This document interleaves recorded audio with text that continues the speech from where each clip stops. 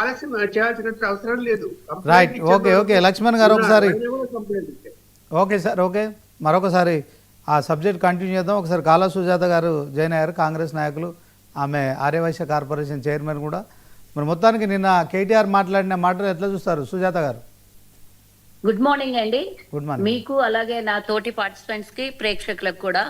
Madam గారు ఇందాక BRS సోదరిమణి చెప్పినటువంటి విషయాల్ని నేను అన్ని పూర్తి స్థాయిలో విన్నాను. ఆమె ఒక పాట కూడా వాడారు, నమ్మించి నట్టేట ముంచారు అన్నట్టు ఒక పాట కూడా వాడారు, 2 చరణాలు. అయితే నేను మేడం గారికి ఒక చిన్న విషయము తెలియజేయాలనుకుంటున్నాను. వారి హయాంలో ఏదైతే 43 ఓట్లు నమోదయ్యి ఉన్నాయో అవి 24 26లోనో ఇప్పుడు 24 ఎండింగ్ లోనో 25 వచ్చినాకనో ఆ ఓట్లు నమోదు చేసినటువంటి ఇది కాదు. ఒకసారి గుర్తు చేసుకోవాలి. 23 అసెంబ్లీ ఎన్నికల్లో 24 పార్లమెంట్ ఎన్నికల్లో అదే డోర్లో అన్నే ఓట్లు ఉన్నాయి. కొత్త దొంగ ఓట్లు చేర్చలేదు, అందులో కొత్తగా నమోదు చేసినటువంటి ఓట్లు కూడా కావు. ఇంకా మేడం గారికి అప్డేట్ లో లేనట్టున్నారు. ఆయన కంప్లైంట్ ఇచ్చాడు, కంప్లైంట్ ఇచ్చిన తర్వాత ఈసీ వెరిఫికేషన్ చేసింది. అదే డోర్లో 43 ఓట్లు గతం నుంచి ఇప్పటిదాకా 23 ఎలక్షన్ల కన్నా ముందు నుంచి ఇప్పటిదాకా ఆ ఓట్లు ఉన్నాయి. ఎవరు చేర్పించారో వీళ్ళే కనుక అప్పుడు ఏమన్నా చేర్పించుంటారేమో.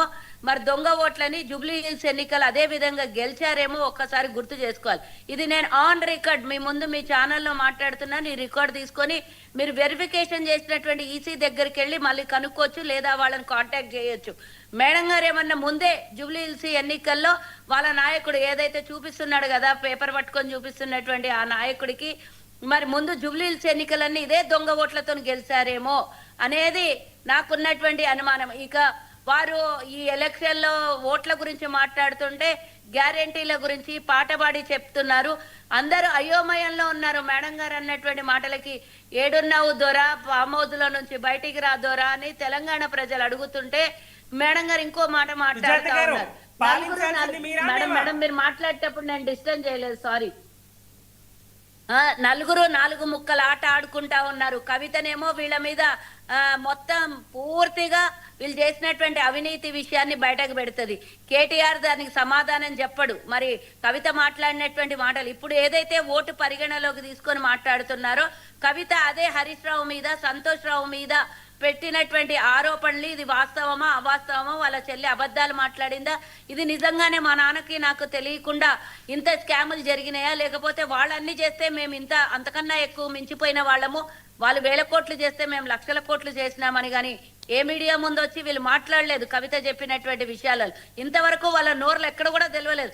కానీ ఊరుమే మంగళం మీద పడ్డట్టు తెలంగాణ ప్రజల్ని నట్టేట ముంచి తెలంగాణ ప్రజల ఆస్తులన్నిటినీ పణంగా పెట్టి దాన్ని తీసుకొని పోయి వడ్డీలకు డబ్బులు తీసుకొని వచ్చి తెలంగాణను నడిపి అప్పులు చేసి నడిపినటువంటి వీళ్ళ వైనం తీసుకొని వచ్చి ఈరోజు మా మీద మాట్లాడు గుడ్డొచ్చి పిల్లని ఎక్కిరించినట్టు చేసిందంతా విధ్వంసం చేసి తెలంగాణనంతా సర్వనాశనం చేసి తెలంగాణ వస్తే మా హక్కులు మాకు వస్తాయి, తెలంగాణలో వస్తే మా కోరికలు నెరవేరుతాయి, మా ఆత్మగౌరవం నిలబడుతుంది అని ఆ రోజు కొట్లాడుకొని ఎంతో మంది చనిపోతే తెలంగాణ వస్తే ఈరోజు తెలంగాణ వచ్చిన తర్వాత 8.5 లక్షల కోట్లు అంటే ఉన్నటువంటి 4 కోట్ల మంది జనాభాకి ఒక్కొక్కల తల మీద 2 లక్షల రూపాయలు. ఆగండి మేడం గారు, మీరు అసలు సబ్జెక్టు లేకుండా మాట్లాడారు కాబట్టి ఆ సబ్జెక్ట్ కి నేను మాట్లాడాల్సి వస్తుంది. ఆగండి మేడం, సారీ ఫర్ ఇంటరప్షన్. వారు మాట్లాడేటప్పుడు నేను ఎక్కడ కూడా డిస్టర్బ్ చేయలేదు, పూర్తిగా విన్నాను కాబట్టి దానికి ప్రశ్న. మీరు అలా డిస్టర్బ్ చేయొద్దు. సుమిత్ర గారు మీరు నోట్ చేసుకోండి, వారు మాట్లాడిందంతా నోట్ చేసుకోండి, మళ్ళీ మీకు కూడా టైం వచ్చి మాట్లాడండి. మీకు వచ్చినప్పుడు మీరు మాట్లాడండి. తెలంగాణ ప్రజల నెత్తి మీద 2 లక్షల రూపాయలు అమాయకులైన పుట్టిన ప్రతి బిడ్డ దగ్గర నుంచి పండు ముసలోల వరకు 2 లక్షల రూపాయలు అప్పులు మోపిది గాక గతంలో ఎంతో మంది పరిపాలకులు తెలంగాణని కాదు ఉమ్మడి రాష్ట్రాన్ని పరిపాలిస్తే కూడా 72,000 కోట్ల రూపాయలు మాత్రమే 65 సంవత్సరాలలో అప్పు జరిగితే కేసీఆర్ హయాంలో 8.5 లక్షల కోట్ల అప్పు తెలంగాణ ప్రజల మీద మోపి ఏ అభివృద్ధి చేయకుండా ఇప్పుడు మాట్లాడుతున్నారు.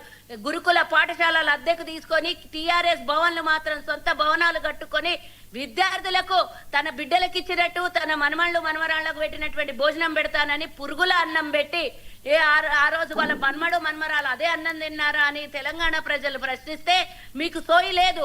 ఈ రోజు రేవంత్ రెడ్డి గారు తెలంగాణ 4 కోట్ల మంది ప్రజలకి సన్నబియ్యం అన్నం పెడుతున్నారు. మీ హయాంలో 19 లక్షల రేషన్ కార్డులను తొలగిస్తే మా హయాంలో 12 లక్షల కొత్త రేషన్ కార్డులను మేము ఇవ్వడం జరిగింది. ఒక్కసారి గుర్తు చేసుకోండి మేడం, మీ అభివృద్ధి ఏంటో, మీరు చేసినటువంటి ద్రోహం ఏంటో, తెలంగాణ ప్రజలకి మీరు చేసినటువంటి లాభం ఏందో ఒక్కసారి మీరు గుర్తు